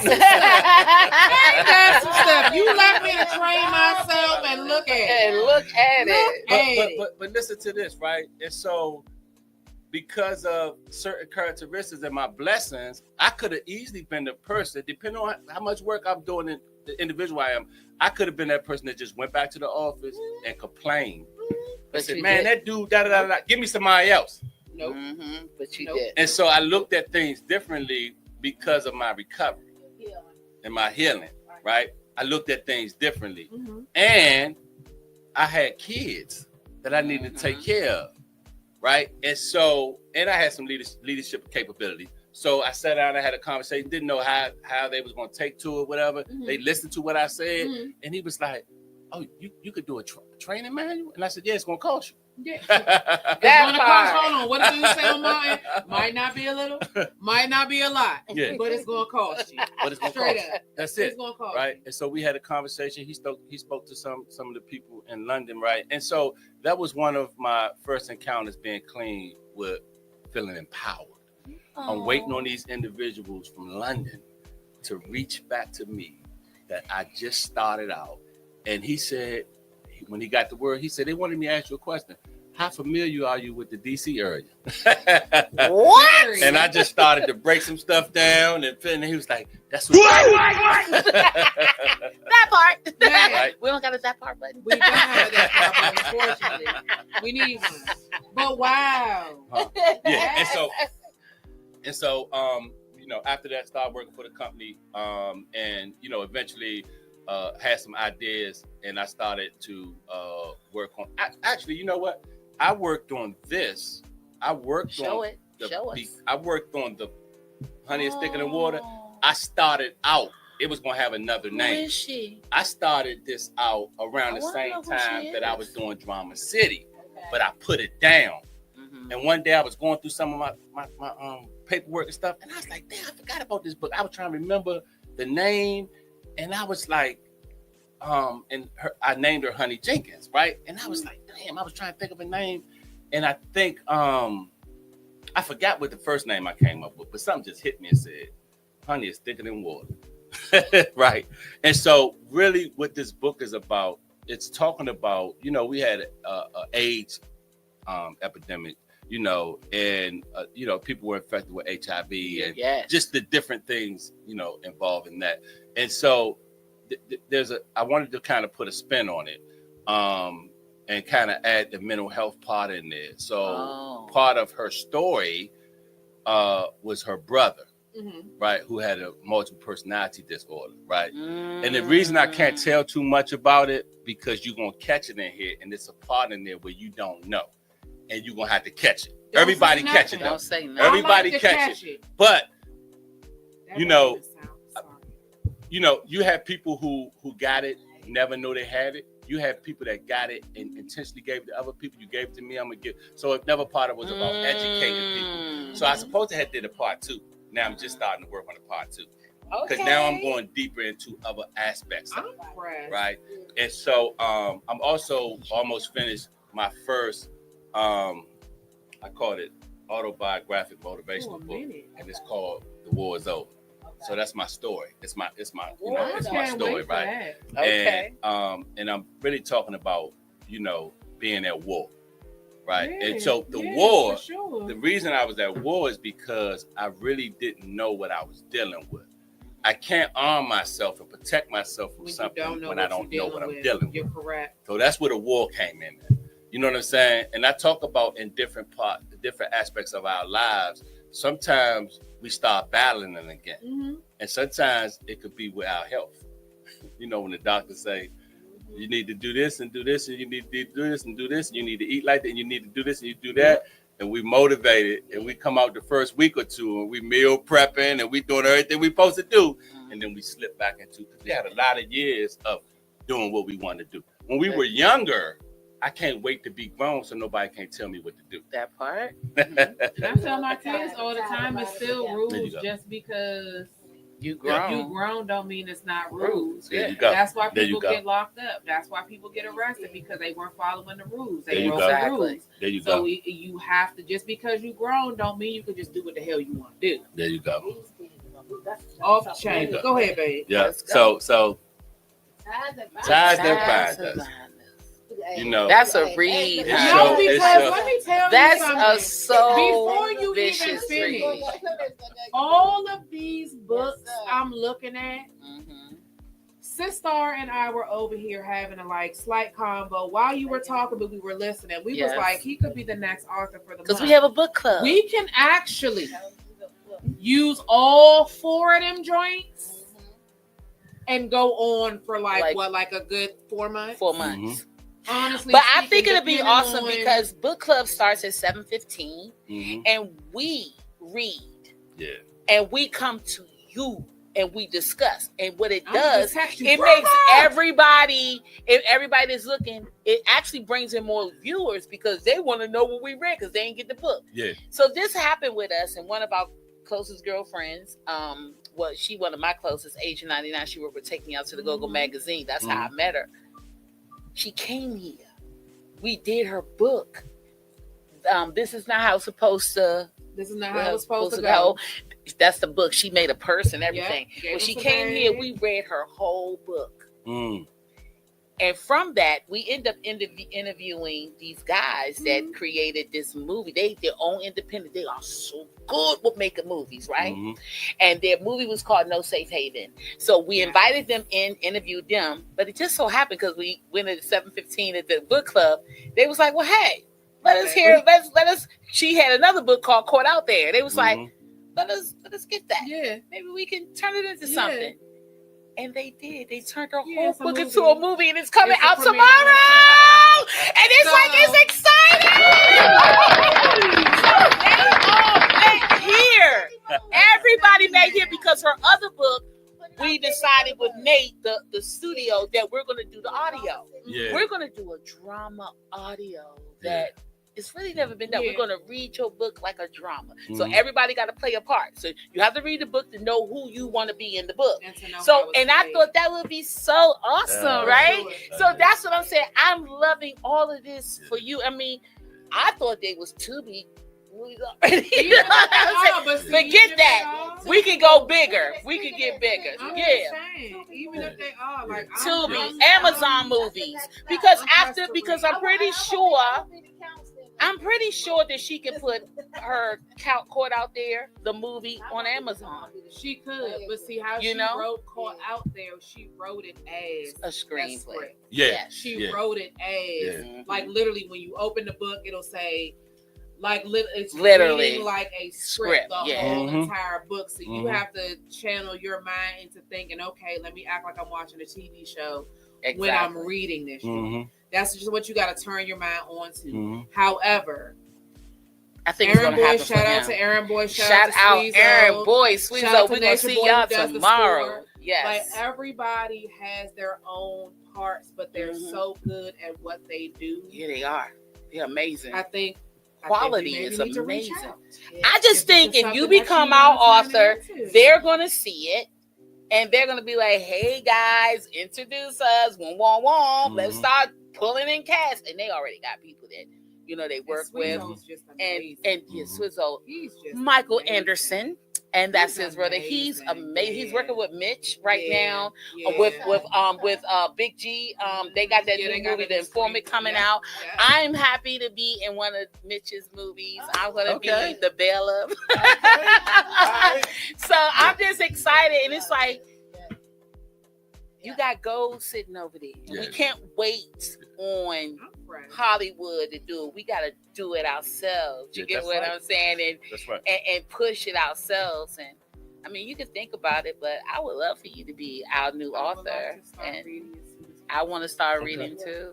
Yeah. What is it? The first First one, Drama City. I'm gonna get y'all right with Drama City. Yeah, we're gonna have to Yeah. do Drama City first, and so we can discuss. We're gonna go from the top to the back. We discuss. So normally we do like 3 chapters, right?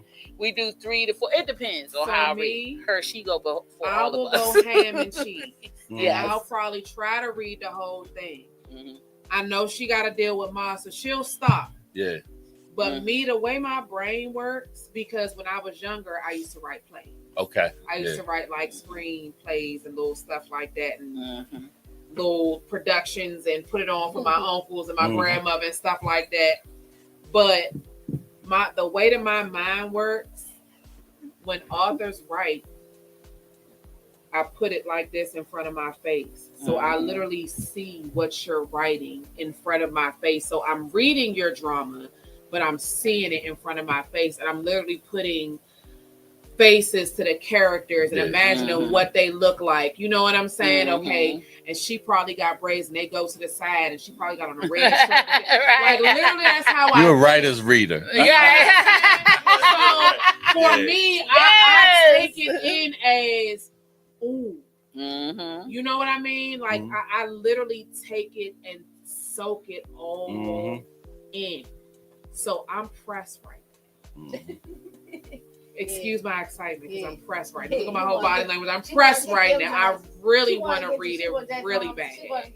I really want to read it really bad because it's exciting. I like how my brain operates when I'm reading good books and good literature, and I like how I can literally see it in the forefront of my brain. Exactly. If you have that type of imagination and your brain works that way, it's easy for you to just project. Yes. And okay, it's here. And okay, this is Larry talking. But okay, this is what's going on. Damn, for real. Damn, this is what's happening. Like, so I'm pressed. I'm excited. Just let us know. I'm excited too, and I'm very proud of him. I'm proud of you too. We just meet today, but I'm proud of you too, babe. Seriously. I didn't know him before coming to RSC. But seeing him then and seeing him now, and I told you I had him on my wellness list, and I was like, I gotta get him on here because this is a man who, number one, he's not ashamed or afraid to tell his story. No, you're transparent. Very transparent. No, he was not. He just gave it to us. But that's how it's supposed to be. And so he's an example. He's an example of a real man. That's why I call the king. He's an example. And you do wear it well. I will give you that accolade. And I'm giving it to him. Yes, king. Yes, king. You know, it's really that. And personally myself, I appreciate just because I'm my type of spirit is the type of spirit that recognizes spirits. I recognize your aura.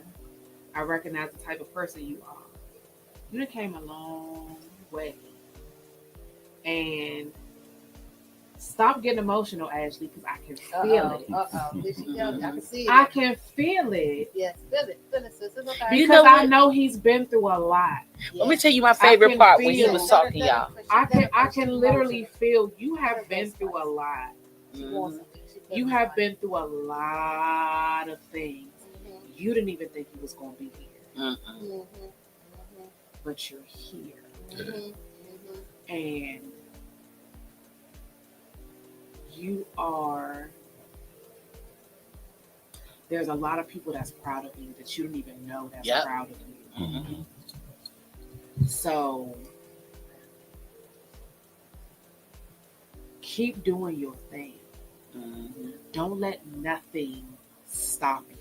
When I'm telling you don't let nothing stop you, go to the film, keep writing, keep doing it, because the world is going to know who Larry Moon is. You understand Junior. what I'm saying? Larry Moon Jr. Larry Moon Jr. Hold on, no. The king, Larry Moon.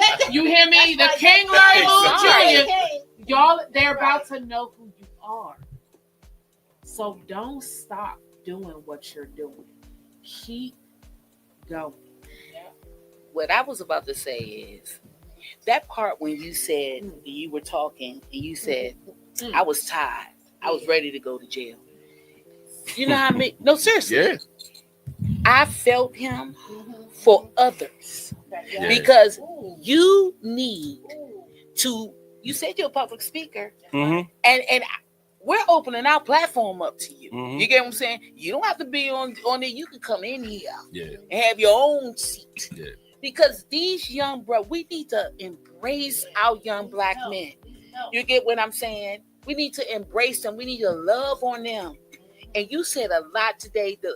You never know who's watching, who's going to watch, because it's going to be on YouTube. We can share this continuously, but you never know who it's going to touch, because it touched me just now. And I'm not even a man, but I got what you said. I'm tired. I don't want to do that no more. Look, I'm just going to go to jail, get it over with, boom, boom, boom. But then God sent her.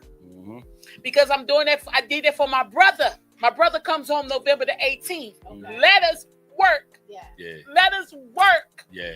Yep. They work because he a good man. He's a good father. He is. My brother coming home. That's right. And it is what it is. You get what I'm saying? November the 18th. I cannot wait, but let us work. Because people know your character. Just because you made that mistake, it does not mean that's you. And that's what I said. You said so much stuff today that if you a young man out there, you need to, interact with Larry Moon Jr. Larry Moon Jr. should be a walking testimony for you young guys, man. You can do it. You can do it. Yeah. He got us crying. Nobody got time for that. Yeah. So look, get some more tissue, because I'm about to tie it all together. I'm tired of There's more. There's more. Don't stop that. Damn it, Larry. Hey, but listen, I might start crying. All right, And so I did this book right here, The Ties That Bind Us, and my spirit was moved to talk about domestic violence, right? Just talk about it differently, though. Oh my goodness. Talk about it differently, and talk about the disconnect between the father and the son, because what the father did mentally to the mother, but nobody knew. The son didn't know, and the son was having issues. But what I did was, because this guy was a radio personality, and he was living high off of that. And I put so many twists and turns and highlights and unexpected, twists in it, and just keeps you in it, right? And but in the end, it highlights domestic abuse, right? One of the things that our culture really, there's a stigma on therapy. Yeah. You look at the household, you had a lot of individuals who were molested, right? 70s, 60s, you know what I'm saying? And you couldn't talk about it. And so as the years went on, we learned how to suppress. We learned how to keep it in the house. We learned how to suppress. So therapy wasn't, they called it psych. That's what it was called, a psych. You going to a psych, something's wrong with you. Yeah. Right. You know what I'm saying? You going to a psych, something's wrong with you. And so that's how it was depicted. So that was something that our culture just generally don't take to. There was a connotation on it, right? And so just to kind of bring this together, some of the things that I've been able to do since I was clean, right? Because God says, when the student is ready, the teacher appears, right? And so some things that I was able to do was I reached back out to Vesta High School, that lawyer that went to bat for me. I reached out to him. I got out like I normally do. Got out, went about my business, went through treatment and everything. Got out, didn't think nothing of it. One day I was just sitting and I said, damn, I wonder how that lawyer doing. I never got to thank him. So I Googled him and I called him. And he was trying to remember. He said, Moon. And I told him some things. He said, oh, man, I remember you. How you doing? And I said, I'm still home. He said, really? Well, obviously, I'm talking to you, so you're home. Yeah. How you doing? Right? And he was like, how you doing? Yes. And I said, I'm doing great. I said, I'm working. He said, yeah, normally individuals will reach out and call when they're having problems. You know what I'm saying? And he's like, nothing going on? You good? I said, I'm good. I'm working. I just got a promotion. Everything's going good. And I said, you remember that parole examiner that that heard my case and stuff like that? I said, do you got her information? And he was like, yeah, let me call her first. He called her and she was trying to remember. She said, oh yeah, I remember Mr. Moon. And so it was early for me in my process, about 2-3 years. You know what I'm saying? And so he gave me her number. We talked, we had a conversation. And she was like, oh my God, nobody's ever did this. But I just had a feeling that I needed to parole you because you were just on your last leg. You was going to quit. She said, I'm glad you're doing good. So we had a conversation. So Vincent called me a little after that and said, hey, I got an idea. Would you like to come in and talk to the incoming law clerks that's going to represent individuals that's going in front of parole board? The same way I met you, they're going to be doing that same work. Would you like to come in and, do do a presentation. He said, speak. I came in and I spoke. And then after that, I kind of got everything together. Really what I wanted to say, what was important, but it was really highlighting. I was really equipping those individuals to serve us. When I say serve us, individuals who come from a poverty background, you know what I'm saying? Drugs and stuff like that. I was equipping them to be able to serve us and to help them understand some of our needs, right? And I started to do it every year. He had me come in every year, and I put a name on it. I said, you know what? I want to call this from the client's perspective. And so, look. Go ahead now. And so after that,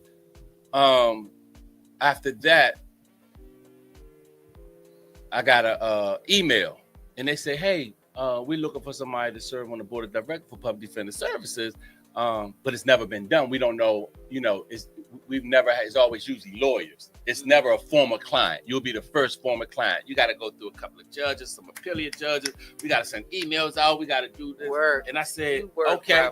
And so this was my encounter with not trying to go against what God had for me. Like, I don't think I'm going to have the time and all that. I said, yes. Let me serve. Right. So it's my first encounter with let me serve. And so I served. I did that for 2 terms. And while I was on the end of my first term, I got nominated to serve on the board on the Commission for Returning Citizens, right? And what I now understand, I was part of the legislation, the Restore the Vote legislation, right? We brought it to Robert White, Councilmember Robert White, and he took it to the House. It ended up getting passed, and it's any individual who is a DC resident, no matter where you're at, you can vote, right? And part of that came from my experience of being but not contributing to the solution. And so when I was, having conversations, I said, look, individuals that's going to have the right to vote, right, they're going to have to do their job. They're going to have to look up the individual who they're voting for. And then once they vote, then they got to hold that individual accountable and stop complaining. And now we get empowered. Now we get a voice, right? And so one of my charges was introduction to contraband and to the prison. So I got released one year. My mom used to bring me drugs, and I had manipulated my mom to bring me drugs down. Lord, she never got caught, right? But I manipulated. She could have got caught, right? And I manipulated her to bring me drugs down there. I got out, and I so-called tried to keep it real with the homies, right? And went down there, and I caught a charge, right? And one thing the judge told me, said, Mr. Moon, outside of murder, that's probably the lowest of the lowest. You are in society. You disrespect your freedom. You're in society. You had to sit home, you think about it, you package the drugs up. They said it was nice and neat. I got pictures of it right here. You did all of that. Took it into a prison.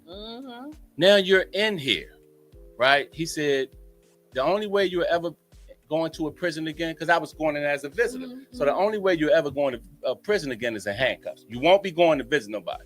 If you stay out of prison, that's good. But if you're going again, it'll be in handcuffs. You'll never be able to visit nobody, right? And so, when I came home and I got clean, I met an individual by the name of Corey Knight. We were going to meetings together, and he had put the idea out there of me going to the jail and sharing my story because he had heard my story. And so I thought it would be a one-time thing, which at the time it was. I went in one time, and then some years had passed, and he reached out to me. My schedule wouldn't permit for me to go in there as consistently as he probably wanted me to be. So I just went on with my life, stayed clean and stay in position. And then when the opportunity came, he commissioned me to do some work with him. So I ended up being, he had me serve as a outreach coordinator, and then he promoted me to program director, right? And so, Corey Knight. Is Corey Knight part of the Hope Foundation? He's the owner CEO. Friend. Yes. He's my friend on Facebook. That when you said Corey Knight, I was like, he does amazing things. He just got married too. I'm about to say yes, congratulations. It looked like he just got married as well. Yeah. Pretty picture. While I'm doing this work, I'm working with a company called Chariots for Hire. I'm a CDL driver. I ended up getting promoted several Chariots times. for Hire. Chariots for Hire. Yep. In Virginia? Yep. They in Virginia. I run the office in Maryland. Shut up! No! Yes. Bro, God, y'all, why you be tripping me out? Yes. What you say? But hold up, though. You said all this week was what? And it Bro! comes to this, all this day. What? You know why I say that? This is Come on. amazing. I'm so sorry. He already The knows. reason why I Simply say amazing. that. Yes. So my brothers, Lip Band, Nate, it's been events that they've been trying to get, and I've been in touch with Chariots for Hire, but in Virginia. Yeah. Because my homeboy for over like 30 years drives for them. Yeah. What's his name? His name is Daniel Gaskin. Yeah, I know Daniel. Hey, listen. This is what I'm gonna tell you. Just say, hey, look, say Daniel. Say, you know Larry Moon. Watch what he do. I am, because I'm gonna hit him after we get off. Watch what happens. I'm gonna hit him after we get off. Like, brother, why was Larry on my show, shorty? Yeah, this is gonna make me cry because this is what I'm talking about right here. This is all what it's all about. Yes. Serving, giving, hearing, caring, and uplifting. Because somebody, look what we did. We came here like, oh, I messed up. Oh, the day was this. It was horrible. It was horrible. It was horrible. But We had listen a though. horrible But day, listen yeah, though. but it That's uplifted but listen us. though. All things That's why- work that's- together for the good. That's why I said I All love it. things work You together. know why I love it? Yeah. Because they didn't try to put a persona on because they had a guest. Right. They No. they That's right. exactly what was going No. on, when it was going on, and how it was No, going but on. this is That's- I'm that's- gonna be This real is with real. you. This is what we do. This is how we are. But When let you me. see me pull up, blasting my damn Ozzy Osbourne, that's me. Like it's no. Before that, I was playing 9-inch nails. Like it's not. This is me. Yeah. You're gonna get her. Period. You're gonna get Dr. Linda. This is how we are. No cut calls, no nothing. That's what we love about doing this is because we can be ourselves. No cut calls, no Yeah. nothing. And we allow our co-hosts to be themselves. No cut cards, no nothing. Because authenticity It's is everything key That's right. in everything. that That's we right. do You know what I'm anyway. saying? The energy So in the it's just like the room is energy like- and every person we've has had to be on all here. of that. It's never been off. Yeah. It's never been weird. It's never been like, oh my God, they blew me. It's always been love. And we've always made sure we talk, man, be yourself. Yeah. Be comfortable. Tell your story. Yeah. You know what I'm saying? And Oh, you I'm did so that. boosted. I Damn, am- you wait till I call Yeah, you, brother. yeah. So Wait look, till I call you. y'all gonna have to get y'all attention in a minute. Oh, I ain't shit. gonna get y'all one. Y'all gonna know one. So I got promoted a few times with this company that I said wasn't gonna go. This is dead end job. This is not going. This right. But I had got some skills with consistency, right, and seeing things through and not quitting. So I couldn't. My mind said you need to. People around me said, "Man, you need another job, right?" But that was people who wanted me to have another job so they can get certain benefits. The more you make more money, then you'll benefit me. You know what I'm saying? So I kept the job. I got the promotion. So I started doing a lot of the training, overseeing operations. God started using my talents. And so one of the other things that, because I'm doing the work with the whole foundation and I'm healing and I'm in therapy, right? So God said, I also need you to be there because y'all ain't got no EAP program. Like y'all ain't got no therapist, right? So people need to spend some stuff off. So people need to, and in the beginning, I used to get so many phone calls. I used to be like, God damn, man. And then after a while, God let me see that that's the assignment he got for me, right? And the way that he let me see it is a close friend of mine lost their job. They got laid off, right? And I said, Dad, they trying to find a job, Larry, you not. God already got you doing some work. You just happen to get paid for the work that you're doing, but God got you doing this work. He got you managing. He got you. They give me a credit card, right? And I have to get supplies for like the details, right? Okay. And then know it in my mind when I go get it and say, all right, well, let me get some for them and get some for me, because they trust me. I don't gotta do that, right? So I get to, do the work, right? And so in this work that the judge said that I wasn't gonna be able to go into jail unless I was handcuffed. I had to go pass a background check, right? And so as the years went on, I was able to pass a background check, right? So we got to go through training every year. So I facilitate groups Tuesday and Thursday at DC Jail and Correctional Treatment Facility, right? Who else to do that but the person that went to school in the streets? Went to Street University. Went to Street University. And, okay. and came from that side and transitioned to the other side where now I understand both sides. Right. So check this out. So I was in therapy for the molestation. Because I was searching. I didn't want to use again. Right. And I didn't want to use again. So I was willing to do whatever it took. So somebody said something in the meeting one day and said, man, some of y'all need to go to therapy. Right, because y'all got the trauma and stuff that y'all just keep overlooking and suppressing and stuff like that. And so I started remembering, thinking about what happened and stuff like that. And so I went to therapy, and my therapist had me write letters, right, to my abuser. You know what I'm saying? And I was writing letters. So I was gonna kill my abuser in the beginning. That's my letters. I'm gonna kill you. I hate you. And then it started to transition into me being a little more forgiving and being a little bit more understanding. And the more I healed, right, the better I was with the understanding. And a lot of times, there's a reason that people do stuff. Yeah. Right. So look, I'm gonna do this, y'all. We're gonna label this as part 1. Okay. Yeah, because we're gonna bring this back. It's got to be a part 2 because it's too deep. Because we have to have you back. Yeah, and we want to be on. It's 8:56. It's 9:00. And we will be on here till 12 o'clock. We can be. Hey, listen, I'm not. So we're gonna let everybody know wide range. ENTE. Thank you so much for coming in. Thank you for tuning into my TikTok. We do this every Friday from 6 to 8:30. I thank all of you guys on my TikTok for joining in. Thank you. But we gotta go. You can watch this on YouTube. You can go to Queen Mac Mama Spice and you can join. And it's on my page, so you can join us. Thank you guys. Hey Anthony. Hey Aunt. That's what's up. He be making them bomb shirts. But y'all, these my girls. You already know Dr. Lisa. Thank y'all for joining us. Yes. And Ash, Ash, say hi to my people. Say hi to our people. Yes, and like I said, let me see if I can flip it around to our Wait a minute. You don't have to stay. It don't let me flip. But y'all, thank y'all for tuning in, especially wide range. It's was so much going on. But if you want to replay, we're on YouTube. You get what I'm saying? And you can do it right now after we hang up. Thank you for tuning in. If it ain't tight, it ain't right. I'm your girl with Spice Movie. Yeah. You gotta do it too. There you go. And that's the part that people gotta understand. And I tell people all the time because people be like, that's why. When it blows me when people be like, God ain't real. He wouldn't let such happen.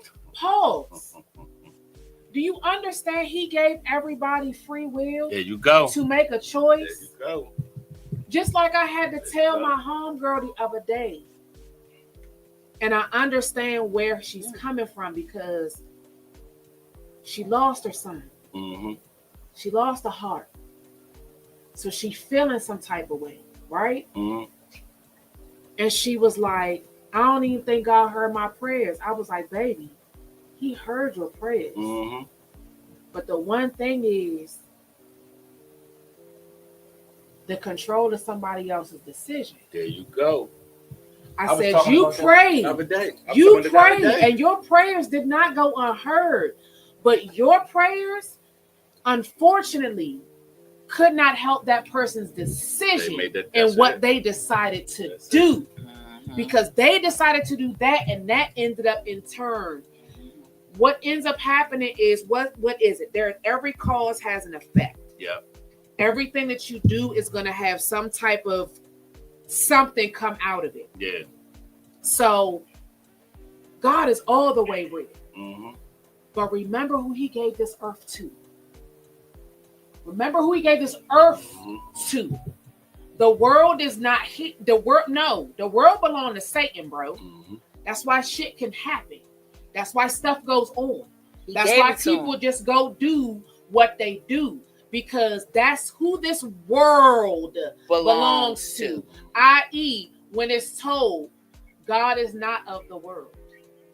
No, he's not. Okay? So make sure, and I'm speaking to everybody, make sure y'all keep in mind when y'all trying to think about, oh God, no. Remember who he gave this earth to. Remember who he is and where he resides. But who he gave this earth to. He gave us all free will. We got a choice to do certain things. You can go left, you can go right, you can go straight, or you can go back. That's up to you. But remember, every single choice has a goddamn consequence. Every single one. Good or bad. You're going to make a good choice, get a good consequence. You're going to make a bad choice, you're going to get a bad consequence. Period. And I'm done. Mr. the King Larry Moon. Y'all We will need be you to junior. You have to add the junior, please. The junior.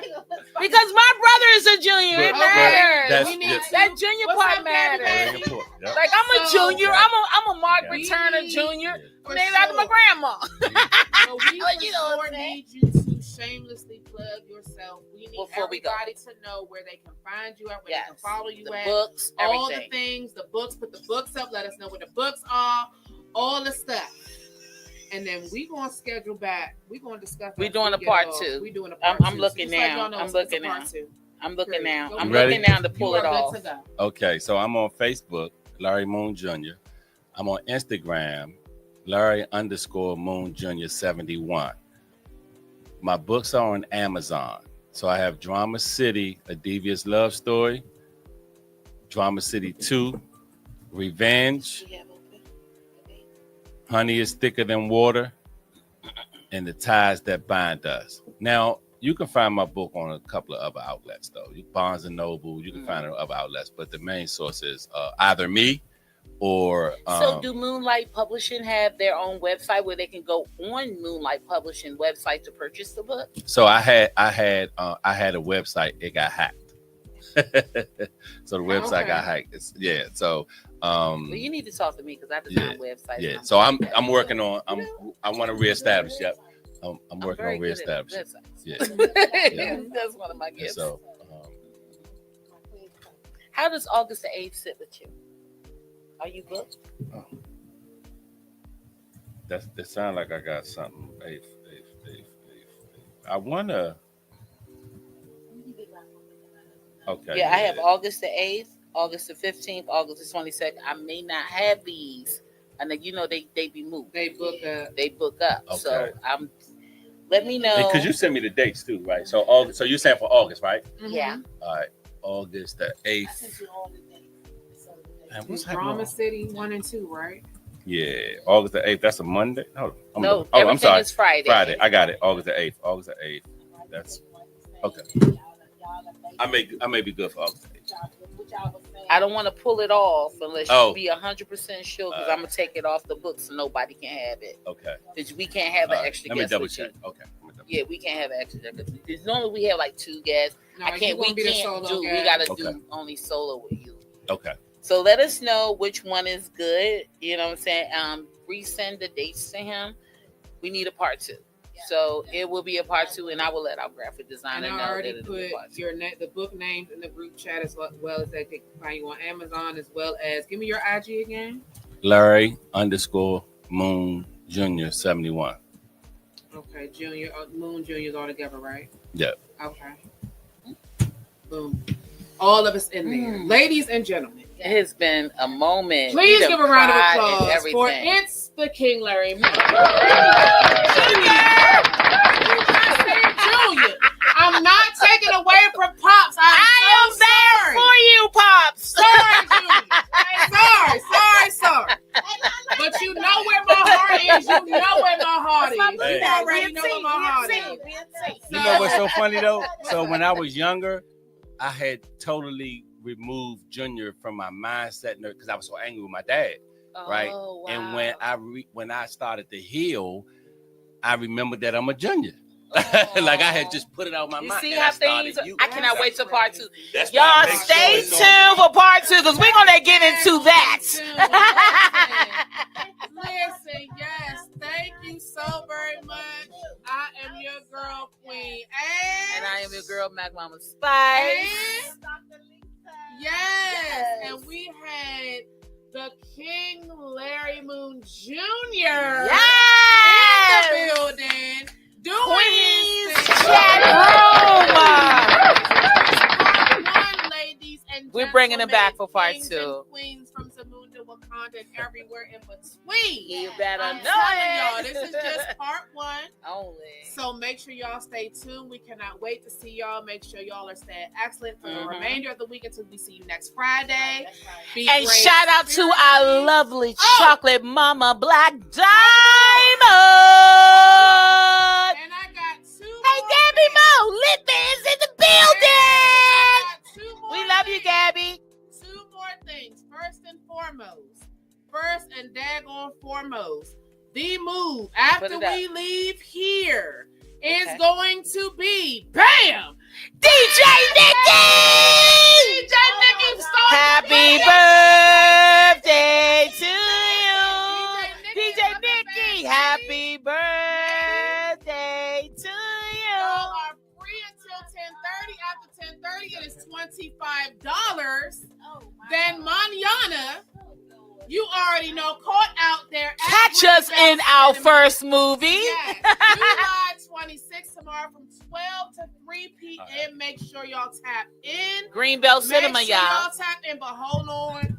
Pause, free nasty pause, and done. Okay, get it. We are going to go ahead and end our program because we were being so fully transparent today. Mm-hmm. And we were being, we let some aggression off our chest. Yes, we did. I think that we should go ahead and give a shout out to Justice J and Jack Tripp. Yes! The album Lovers and Y'all Friends. been doing it. Y'all That killing it. That is out now. But we Download end the it. show, by the way, I love it. with Nothing Nice. Love y'all. Nothing Have a nice. good day. Listen to the lyrics. You know what beef is? Ask yourself. Do you want beef?